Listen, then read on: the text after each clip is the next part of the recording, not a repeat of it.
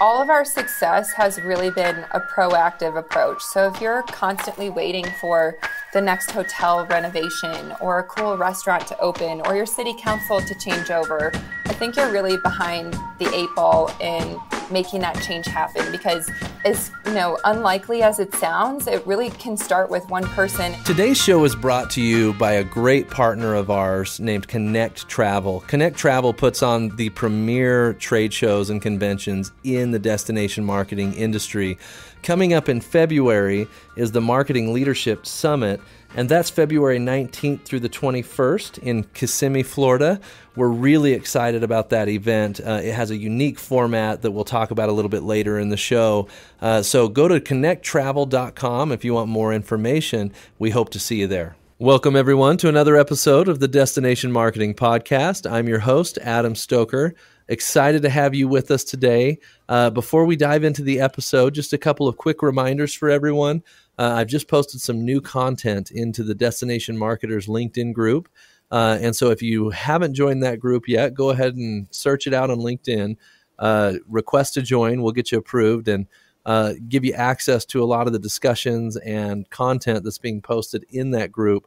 The whole point of that is so that we can all kind of learn and grow and ask questions and share any challenges that we're having and share our knowledge so that everybody can kind of grow together. But excited to have you with us today. Our guest today, her name is Randi Morritt, and she is the Director of Marketing at Aurora, Colorado. And Randi, welcome to the show. Thank you so much. Randi, I'm excited to have you on. You and I had an intro call, and it was kind of fun to get to know you and your destination. I think you've got a lot of interesting things that will benefit our listeners. But before we dive too far in, we always like to ask a couple of questions to just kind of break the ice. So we'll do the same for you. What is your dream destination, Randi? If you could go anywhere in the world, where would it be? I've heard the other podcast, and funny enough, I've actually just booked a trip to Italy myself. So we're looking forward to 2 weeks exploring Venice. We're going to the Dolomites, Florence, the Amalfi Coast. We have to hit up Pompeii and Rome. So those are all on the list, but I think I'm most excited for the wine tour. Wow. And this will be your first trip to Italy. First trip to Italy, yes. My husband's family is actually from there, and that's kind of sparking the trip. But we are exploring on our own, the first time I've ever been to the area. Oh, congratulations. That sounds like a great trip, especially with the amount of time that you have to spend. Yes, I'm so thankful. In the travel industry, they tend to be a little more liberal with your time off, and we're definitely taking advantage of it while we have the ability to travel. Good stuff. Well, you said you're excited for the wine tour. What really stands out to you on that?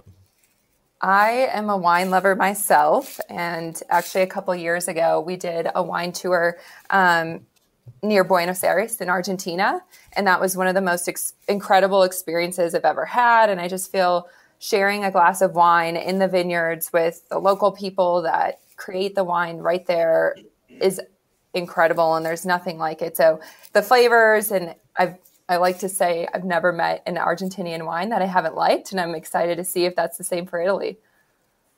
Oh, man. Okay, so I'm not a wine drinker myself. Is there that many different flavors of wine to where multiple wine tours is still unique and enjoyable? You know, as a non-wine drinker, I haven't really experienced that. So tell me about that.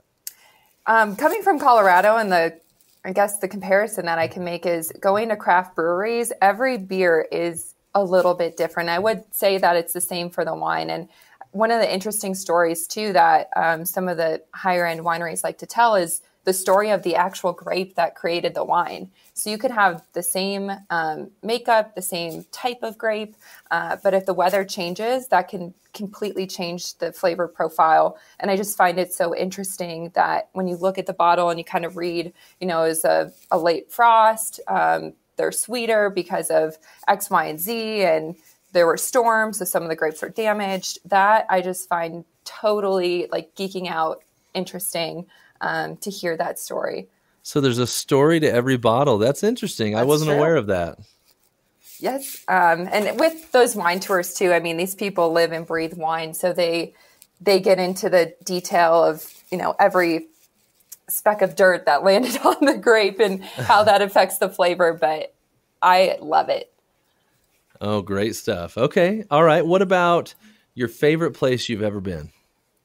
So I like to joke that my husband is the male version of 27 dresses because most of our travel has actually come from weddings. And he always seems to be the best man. And out of the woodworks, he finds a new international friend to attend their wedding. So I can't complain because it's taken us a lot of interesting places. And most recently, we went to India for a traditional Indian wedding for one of his college friends. And that was really an incredible culture trip and a different type of travel than we've ever done before. So when we first arrived, we went down to Commerce Street, which is where we got our clothing for the multi-day event. And they had just racks and racks of just raw fabric that you could make these beautiful dresses out of. So I got a sari and he got a kurta, which is a traditional attire for Indian weddings. And we went to all the little shops and got our jewelry, and the negotiation behind it too is another level that I was very fortunate to have some help with the negotiating because I think we got a good deal out of the custom fabrics and dresses that we received. That sounds amazing. It's one thing to go to a wedding, even a destination wedding, but to go to India and even, wear the clothes and everything from that culture, that just sounds like such a unique experience considering that you were headed there for a wedding. Yes. And I think that really kind of served as the backdrop, and everything was totally thrown into it, immersive. I mean, we took the tuk-tuks, we walked the streets, we did the traditional mehendi, which is the henna ceremony. And what I loved most about India in this particular experience is that everyone was so willing to share their culture and explain the importance behind the symbols of these. And it's really sappy. But the other thing that I just loved as well, that no matter what the culture is, the message of marriage is still consistent throughout, of respecting your partner and building this bond and this adventure throughout a lifetime. And I think the Indian culture really does it well and has a great tribute to that ceremony. Oh, very cool. And how long have you been married? I have been married for 2 years, going on 3. Okay, and was your husband one of the last of his friends to get married? Interesting enough, I would have to say yes. He's a little bit older than me. So when my friends, I'm from the Midwest, so everyone tends to get married fairly young. And while all my friends were getting married, his kind of came later in the process and are getting married closer to their 30s rather than right out of college. Yeah, I was wondering that because you said he's gone to so many weddings, and yes. Now you can make fun of him and tell him always the groomsman, never the groom, until you came along and saved him, right? That's right. Yeah. Well, awesome. Well, tell me a little bit about you, Randi, and how you got into tourism. Sure. I would say, a little bit of a unique path to tourism, which I'm sure most people do. But what's a little bit different, I have a background in business, communications, marketing, and design. And when I graduated, I came from a town of approximately 57,000 people, so really not that large. And when I graduated with no prior travel experience whatsoever, I decided that I was going to move to Denver, Colorado, and start it on my own. So that was very, romanticized, and it was going to be great. And what happened, or maybe more of the reality of it, was really, really hard. So when I came out here, the only person that I knew was my now husband. And back home, I had a ton of connections, and I could have gone to any agency or creative company that I called on. And when I came out here, I was a very small fish in a very, very highly competitive big pond.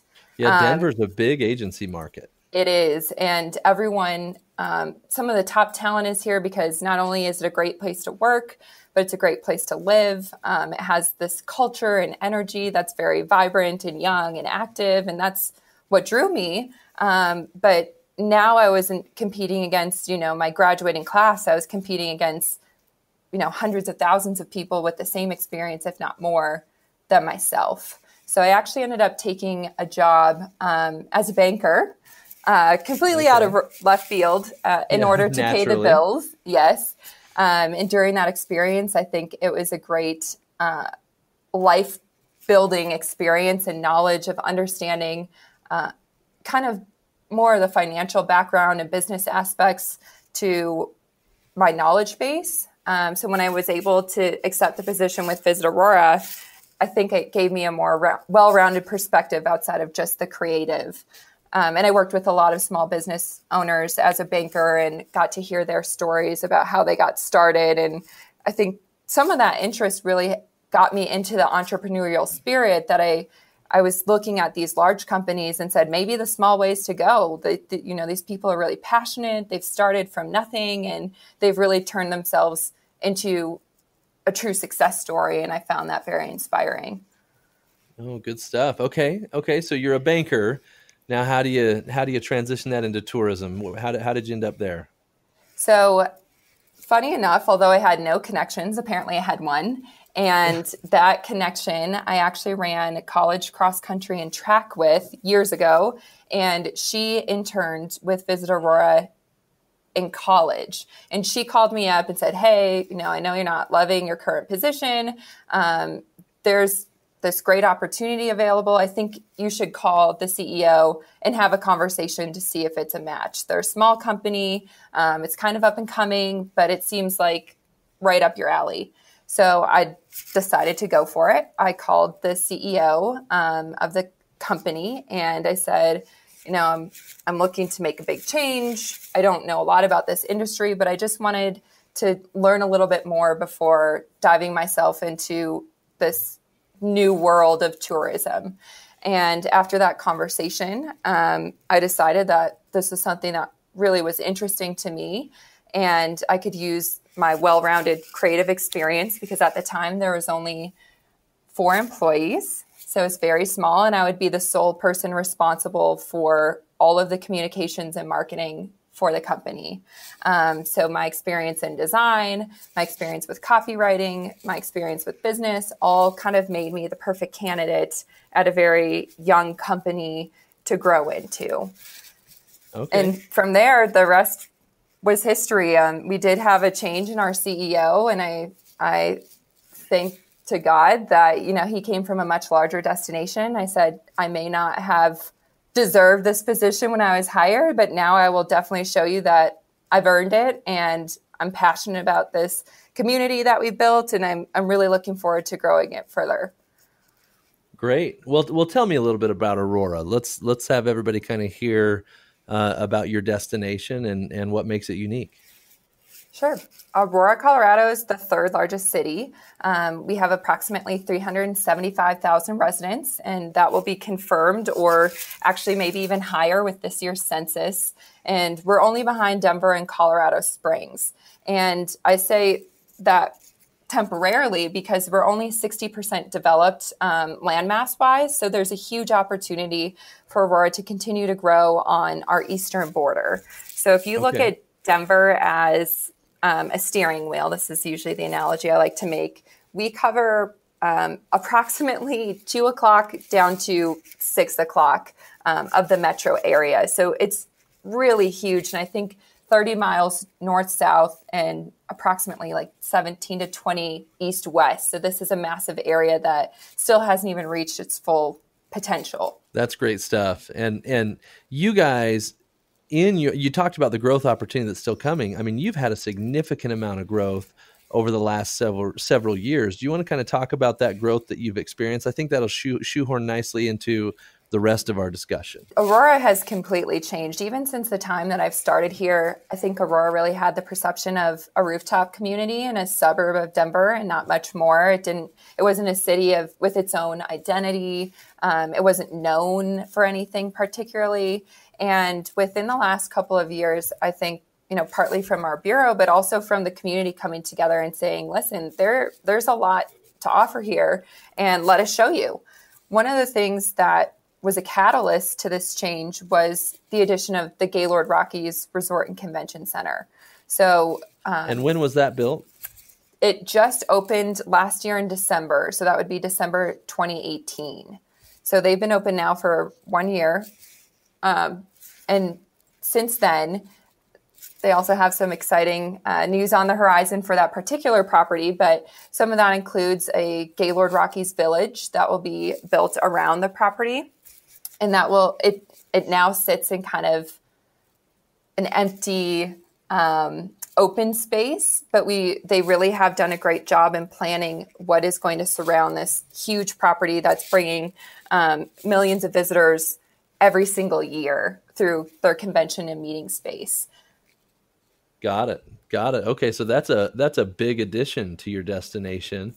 How has that kind of changed or shaped your strategy since it came into the destination?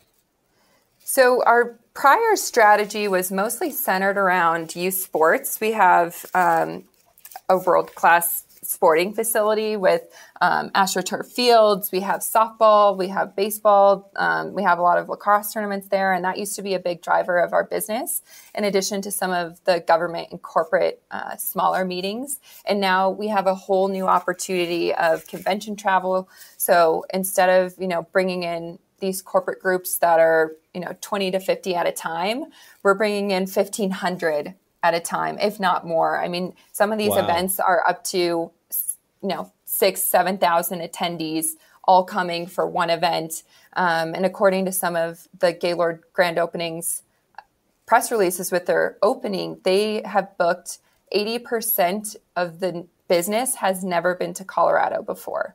So we are, the first welcome to Colorado for all of these new visitors that have never met here.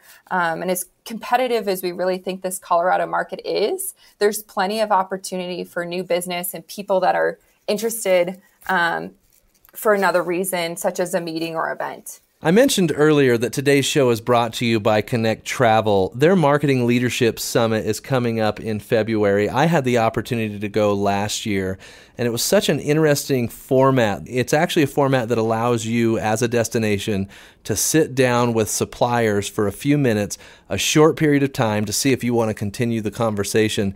It allowed me to really meet with several people and get to know their needs quickly and build a quick relationship so that we could see if we wanted to continue the conversation. If you're looking for new technologies, new products, new partners, it's a great way to have a quick introduction without taking too much of your time. I hope to see you there February 19th through the 21st in Kissimmee, Florida. And President Obama will be speaking this year. So we're excited for that event, and we'll see you there. Wow. Okay, so you work pretty closely then to this point with the Gaylord now that it's open. How do you guys collaborate? We have an amazing relationship with the Gaylord, and some of that has to do with our CEO was actually on the opening team down in Grapevine, which is where the Gaylord Texan is located. And so he had a lot of longstanding relationships with Marriott and the Gaylord prior to accepting the position with Visit Aurora. And some of those relationships carried on, but also I think his strategic direction, the ways that we're kind of innovating how we sell this marketplace. I know it's not easy to sell a property that isn't built yet, but somehow they were able to book over 1 million room nights before opening. And some of that was our efforts in our marketing and our advertising to kind of sell the vision of what this destination is going to be. And then the Gaylord coming in and delivering the experience once they arrive. So we work with them on everything from sales, bringing in familiarization tours. We do press trips. We work hand in hand with them almost every day. Yeah, you mentioned on our intro call that you have done a lot of work in customizing the visitor experience, and especially with these group and press trips that you just mentioned. Tell me about some of the stuff that you've done to make it a unique enough trip for them to write in such a way that people want to visit.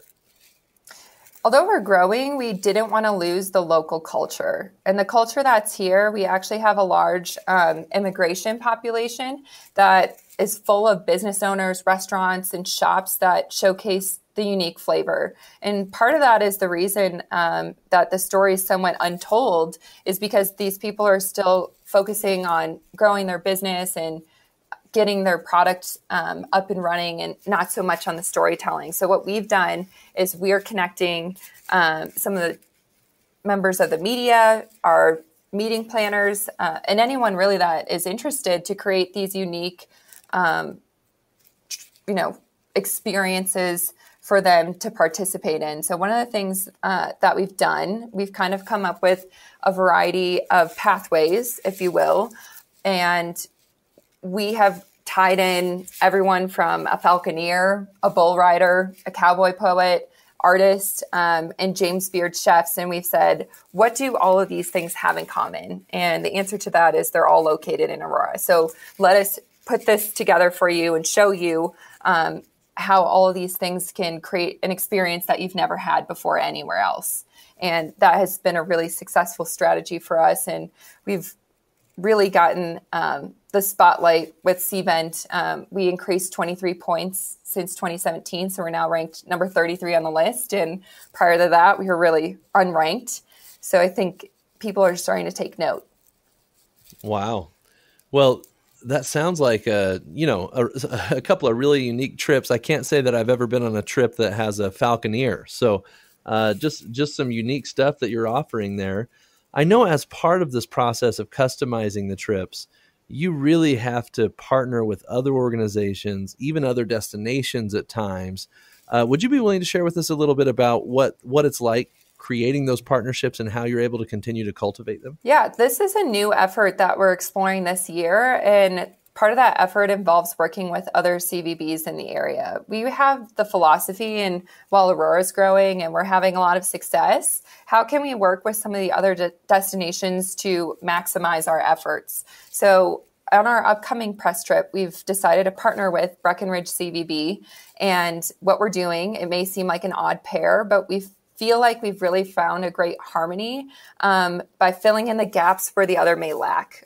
We're really a strong meetings and conventions destination, while Breckenridge is primarily known as a ski town. So how can we help each other out and balance? We're looking for some additional leisure. They're looking for some meetings. Let's bring all of our connections with journalists or meeting planners together and see how we can make that connection with the saying, the rising tide floats all boats. So we're pairing up. We have a press trip planned next month. We have a really exciting itinerary that's going to be a maker's experience. So we'll be showcasing our growing art scene, a scratch table restaurant, and hands-on craft experiences that I think both destinations are not necessarily known for. So I think that's really interesting. And the reason I think that is the culture a little bit in the tourism industry in general is, these travel writers are really kind of precious to a destination because you want that article to generate more business and to improve your brand. And so I think most destinations are hesitant to say, hey, you know what? I finally got somebody to agree to come and go through the destination. Let me call this other destination and see if we can take them there too. And maybe they write about them.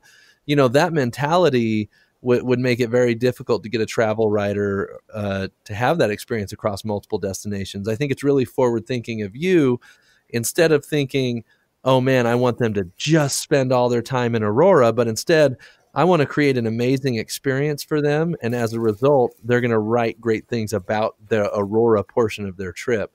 I think that's a really nice and interesting strategy. One of the things that I keep telling my boss, because it was an interesting strategy to him as well, and my personal philosophy is less egos, more amigos. And so I think there's a lot to learn from all these destinations. And I've always found that by being open to these shared experiences and giving more of yourself has always benefited me in my relationships and my professional career. So I hope to bring that to our destination as well and truly be the community that's open and welcoming and willing to share and be successful and not hoard all of that to ourselves.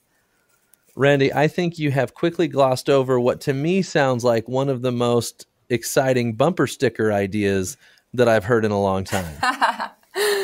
Well, thank Less you. I'll egos, make sure I more patent that. amigos. Yeah, you need to start selling that on your website.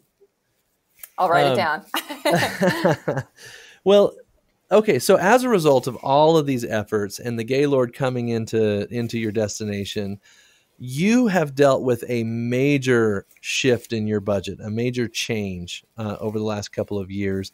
And, whenever a destination goes through a major change like this, it sounds great in theory, right? Like, hey, our budget's going to go up. We're going to have all this freedom to do things that we want to do. But there's also challenges that come along with that. One of them maybe being that you have a small team, not necessarily fully equipped to execute on everything that needs to be done now with this larger budget, or maybe, there's experience that you need to add to your team or whatever. Tell me a little bit about maybe the benefits and challenges that come along with a major shift in your budget.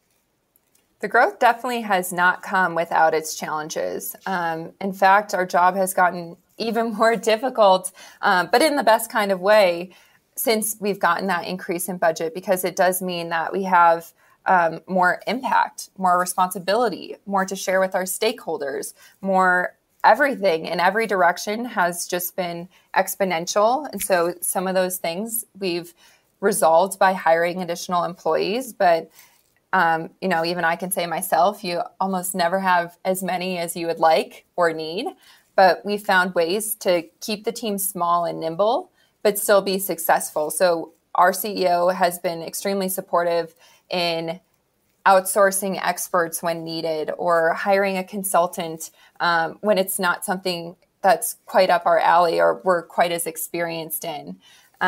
So I think with the budget, we've had a lot of fun and we've been able to try things that we've never tried before.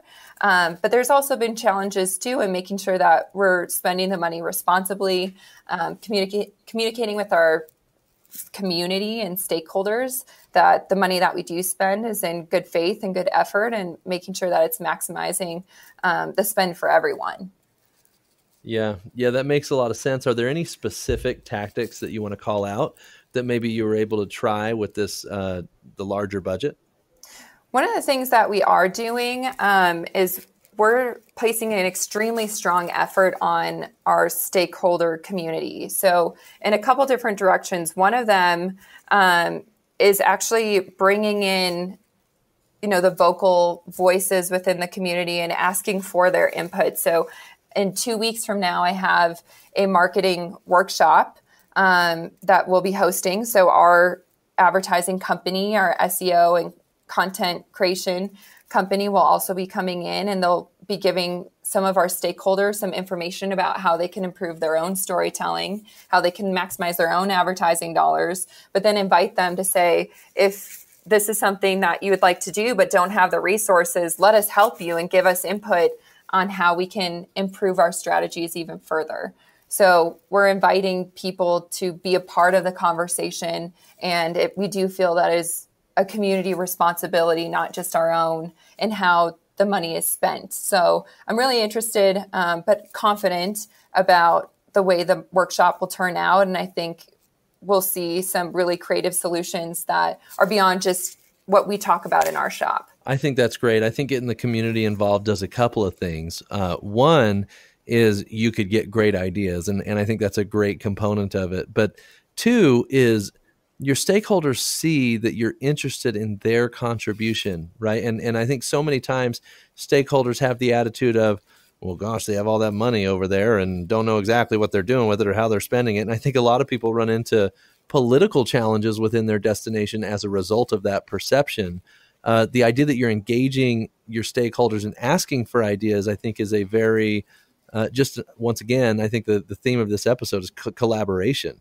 And I think you're really doing a good job of collaborating with those stakeholders to show your impact and also collect some good ideas from them. And here's another bumper sticker for you. Our internal office mantra is get work done, have some fun. And we push that throughout our entire community, that even our stakeholder meetings, our annual meeting last year, for example, and tying in some of these creative experiences, we said, we're not just going to get everyone in a room, sit them down and talk at them for the next 2 hours. We want to engage them and get them excited about really all of the amazing things that are on the horizon so that they can help tell this story. So at our annual meeting, we sold some really creative sponsorship opportunities. It happened right before the holidays. So we sold some showcase sponsorships. So we brought in cirque performers from the Gaylord Rockies ice program. We had some partners down at a shopping mall that has an ice rink, and they brought in a huge Christmas installation. We had a live wolf at the entrance and the networking reception. That was definitely a conversation starter. And they're part of a animal rescue program, and they're spreading awareness about the wildlife in the area and how we can continue to develop the area, but preserve the animals that are native to Colorado. So we're really trying to tell this story in a way that gets people energized and excited. And if we're not having fun doing that, we really don't think the work is truly getting done. So that's one strategy that we found has kept our employees motivated, has kept the culture to continue to grow without some of the growing pains and different personalities that come into play. And one of our biggest efforts is really retention, that the good quality talent that we have, we want them to stay here and be excited about their job. Yeah, great stuff. I'm going to resist the urge to double down on our bumper sticker business. Mostly just I don't want to give away our secrets here to where other people could jump on. But I love what you're doing there, and you know, the unique things that you've talked about throughout the show, like having a live wolf. I mean, yes, that is a conversation starter, right? And people will definitely have an opinion, and I'm sure you heard both sides of that. But once again, it's memorable, it's unique, and I love that you're doing that. Randi, is there anything that we haven't covered that you feel like would benefit our listeners who are destinations across the country that just want to become better destination marketers? The one thing that I have to say is all of our success has really been a proactive approach. So if you're constantly waiting for the next hotel renovation or a cool restaurant to open or your city council to change over, I think you're really behind the eight ball in making that change happen, because as unlikely as it sounds, it really can start with one person. And if that person is charismatic and it spreads to the company, and then the company's network expands beyond that, we've seen tremendous change in a very short period of time, without all of those resources and without, a huge budget. And it's only been complemented by the budget that we can continue to do more of the same of what we did 2 or 3 years ago, before the Gaylord, before the restaurants, before any of this. So it's a snowball effect. And I think the message out there is to not get your hopes up. And if you can get a good group of people together that have a progressive vision that aligns with yours, talk to them and let's see how we can work together to make this a better place for everyone. I think you're right on point. I mean, the idea of proactivity is something that, maybe I'm getting out of my lane here, but I think sometimes in government organizations or government related organizations or government funded organizations, sometimes proactivity is difficult to achieve. And the fact that you guys were proactive prior to the Gaylord opening and prior to a lot of the major changes that have come to your destination is manifesting itself in the success that's happening after the fact. So I really love your point there. Thank you. Yeah, I truly feel that this is the best job in the world. And if you can convince your team and your community of that, I think the worries of job security and purpose really start to answer themselves in a much more natural way. Totally. Well, Randi, it's been great to have you today. I appreciate you coming on and sharing your knowledge with us, and especially some of the ideas around collaboration, proactivity. I think a lot of that stuff is really beneficial for our listeners. I think it's a really good takeaway. So thanks again for sharing your time with us today. Thank you for having me. Well, this has been another episode of the Destination Marketing Podcast. Thanks so much for joining us again today. Quick reminder for everybody, the show continues to grow. We get more listeners every week, and your ratings and reviews have helped so much. So if you're enjoying the show, please continue to listen, for one, and then leave us a review, leave us a rating if you're enjoying the show, and help us continue to be found by more and more destinations across the country. Thanks, everybody, and we'll see you next week.